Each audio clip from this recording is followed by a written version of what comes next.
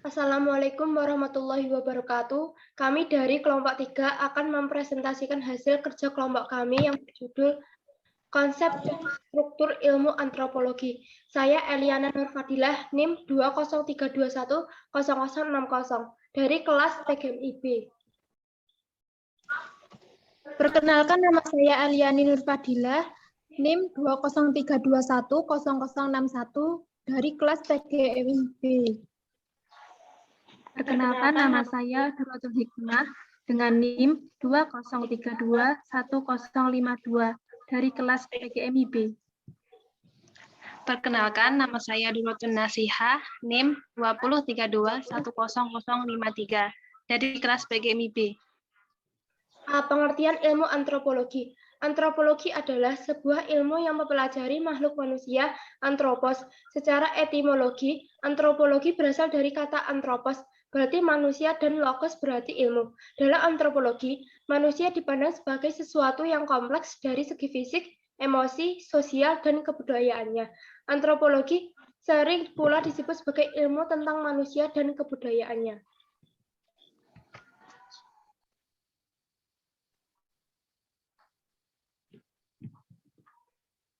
Selanjutnya, B. Sejarah perkembangan ilmu antropologi. Ilmu antropologi tidak muncul begitu saja di dunia ini. Akan tetapi, ilmu antropologi berkembang melalui beberapa fase, antara lain, fase pertama, sebelum tahun 1890. Fase ini terjadi sebelum tahun 1890, yang diawali dengan kedatangan bangsa Eropa Barat untuk melihat suku-suku bangsa penduduk pribumi Afrika, Asia, dan Amerika selama 4 abad. Akibatnya, beberapa daerah di bumi ini terkena pengaruh negara-negara Eropa Barat. Ekspansi bangsa Eropa Barat ke berbagai daerah di dunia ini ternyata menghasilkan suatu laporan tentang dunia luar Eropa Barat. Laporan dari para musafir, pelaut, pendeta agama Nasrani, dan lain-lain. Fase kedua, pertengahan abad ke-19. Fase yang kedua ini muncul kira-kira pertengahan abad ke-19. Di dalam fase ini, orang-orang Eropa mulai menyusun karangan-karangan etnografi berdasarkan cara berpikir evolusi masyarakat. Menurut cara berpikir mereka, masyarakat beserta kebudayaannya telah berevolusi dalam jangka panjang, dari tingkat kebudayaan yang rendah ke tingkat kebudayaan yang tinggi. Yang dimaksud dengan kebudayaan tinggi misalnya, kebudayaan bangsa Eropa, sedangkan bangsa-bangsa di luar Eropa dianggap kebudayaannya masih rendah atau sering disebut permulaan abad ke-20. Fase ini muncul pada permulaan abad ke-20, bersamaan dengan berkembangnya penjajahan di daerah-daerah luar Eropa.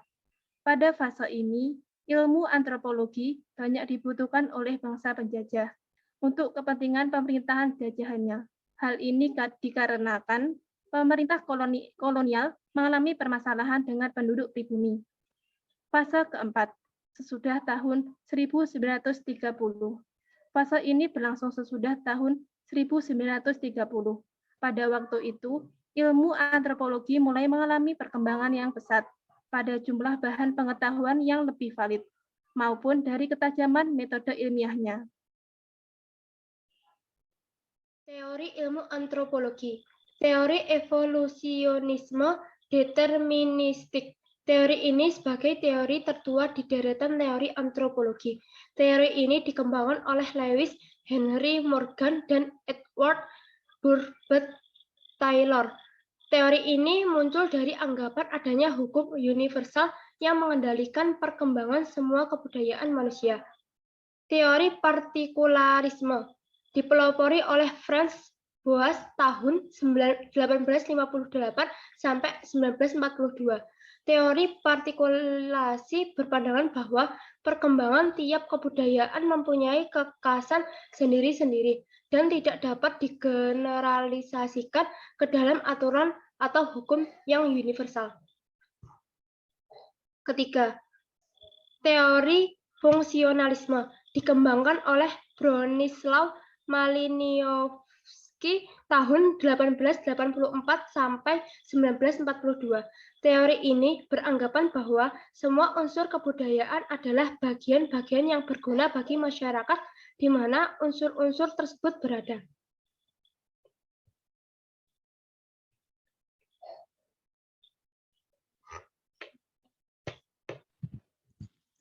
D. Ruang lingkup ilmu antropologi. 1. Antropologi fisik. Antropologi fisik mempelajari manusia sebagai organisme biologis yang melacak perkembangan manusia menurut evaluasinya dan menyelidiki variasi biologisnya dalam berbagai jenis atau spesies. 2. Antropologi budidaya. Antropologi budidaya merupakan studi tentang praktik-praktik sosial, bentuk-bentuk ekspresif, dan penggunaan bahasa di mana makna diciptakan dan diuji sebelum digunakan oleh masyarakat atau manusia. 3. Antropologi ekonomi. Bidang ini merupakan cara manusia dalam memerintahkan dan mengekspresikan diri melalui penggunaan barang dan jasa material, khususnya aliran mikro dan neoklasik. 4. Antropologi medis. Antropologi medis merupakan disiplin subsidi yang dipopulis di Amerika Serikat, terutama yang berjasa dalam perkembangan disiplin ini adalah Foster dan Anderson yang menulis karyanya Medical Anthropology. 5. Antropologi psikologi. Bidang ini merupakan wilayah antropologi yang mengkaji tentang hubungan antara individu dengan makna dan nilai kebiasaan sosial dari sistem budaya yang ada. 6. Antropologi sosial. Bidang ini dikembangkan oleh James George Frazer di Amerika Serikat pada awal abad ke-20. Penekanan pada antropologi sosial Inggris bergerak menjadi suatu studi komparatif masyarakat kontemporer. Pendekatan dan metode. 1. Pendekatan holistik. Pendekatan holistik memandang kebudayaan secara utuh atau holistik. Kebudayaan dipandang sebagai suatu yang holistik. Setiap unsur di dalamnya dapat dipahami dalam keadaan terpisah. Para ahli antropologi mengumpulkan semua aspek sejarah, ekonomi, geografi, teknologi, serta bahasa untuk mendapatkan generalisasi mengenai suatu kebudayaan yang kompleks. Pendekatan komparatif. Pendekatan komparatif menjadi sebuah pendekatan yang unik dalam antropologi. Pendekatan ini digunakan untuk memahami kebudayaan masyarakat yang belum mengenal baca tulis atau praaksara.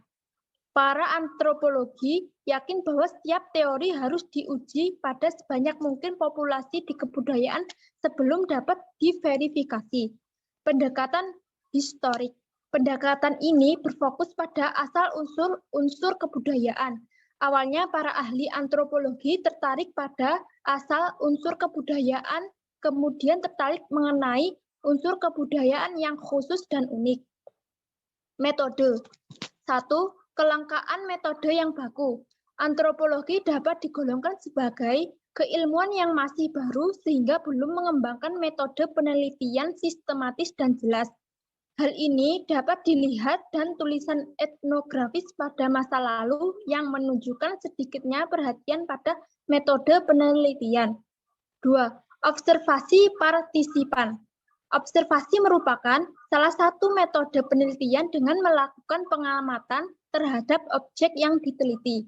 Observasi partisipan dapat digunakan oleh ahli antropologi dengan cara hidup bersama dalam suatu kebudayaan yang tengah diteliti.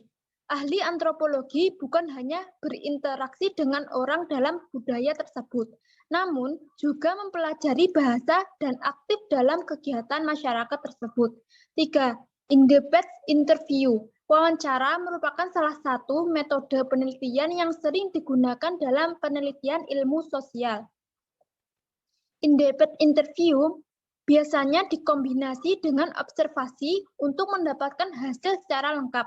Wawancara dapat dilakukan dengan non-sistematik dan informal. Ahli antropologi biasanya memilih narasumber yang telah dikenal dan mempercayakan atau memilih narasumber yang dipandang bisa memberi informasi yang rinci dan akurat mengenai berbagai aspek kebudayaan yang diteliti. 4. Memperkecil kesalahan. Seringkali dalam suatu penelitian, peneliti akan menemukan perbedaan informasi yang didapatkan. Informasi yang diberikan dari subjek yang berbeda pendapat bertentangan sehingga perlu dilakukan upaya memperkecil kesalahan tersebut. Mengulang observasi atau wawancara dan melakukan cross-check dengan informal lain akan sangat berguna dalam memperkecil kesalahan. 5. Kecenderungan menggunakan metode tradisional. 5. Kecenderungan menggunakan metode tradisional. Penelitian antropologi jarang menggunakan kuesioner atau angket tertulis.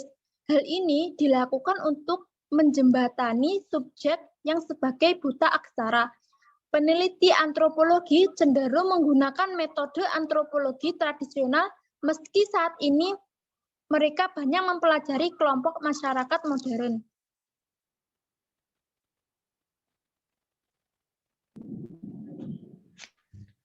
Selanjutnya, manfaat ilmu antropologi. Yang pertama adalah antropologi membuat manusia bisa memahami manusia lainnya, baik sebagai individu ataupun anggota kelompok masyarakat.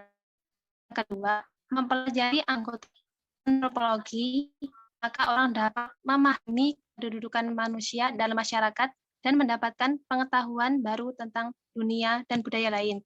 Yang ketiga, memahami beragam norma, tradisi, keyakinan, hingga nilai-nilai pada masyarakat tertentu yang mereka anut. Yang keempat, antropologi dapat menjadikan seseorang lebih kritis, tanggap, dan rasional saat bertemu dengan gejala sosial masyarakat kompleks. Yang kelima, ilmu menyusun etnografi yang memungkinkan terjadinya penciptaan teori berkenaan dengan asal-usul kepercayaan, keluarga, perilaku, bernegara, dan lain-lain. Selanjutnya adalah hubungan dengan ilmu sosial dan studi sosial atau IPS. Yang pertama, hubungan antropologi dengan sosiologi. Antropologi merupakan ilmu tentang manusia, sedangkan sosiologi kajiannya adalah masyarakat dan perilaku sosial manusia dengan peneliti kelompok-kelompoknya yang mencangkup keluarga, suku, politik, dan lain-lain. Kedua ilmu tersebut saat ini sama-sama meneliti fenomena sosial di pedesaan maupun di perkotaan. Hanya saja di antara ilmu pengetahuan tersebut, yaitu antropologi dan sosiologi, dapat dikatakan bahwa sosiologi merupakan dasar atau pondasinya, sedangkan antropologi merupakan pembentuk kerangka yang mempertajam kajian dari sosiologi itu sendiri. Hubungan antropologi dengan sejarah. Antropologi memberikan bahan histori sebagai dasar pangkal penulisan sejarah dari tiap-tiap bangsa di dunia. Konsep tentang kehidupan masyarakat yang dikembangkan oleh ilmu antropologi akan memberikan banyak pengertian kepada ahli sejarah untuk mengisi atau mengetahui latar belakang dari peristiwa-peristiwa tertentu dari sumber-sumber sejarah tersebut yang menjadi objek penelitiannya. Yang ketiga, hubungan antropologi politik. Antropologi bagi masyarakat, bagi ilmu politik, terutama hasil-hasil penyelidikan kebudayaan di masa lampau. Antropologi telah berpengaruh dalam bidang metode penelitian ilmu politik. Yang keempat, hubungan antropologi dengan ilmu geografi. Geografi memberikan gambaran tentang bumi beserta ciri-cirinya. Antropologi merupakan ilmu yang mampu menyelami masalah keanekaragaman manusia, sehingga ilmu geografi tidak dapat mengabaikan ilmu antropologi.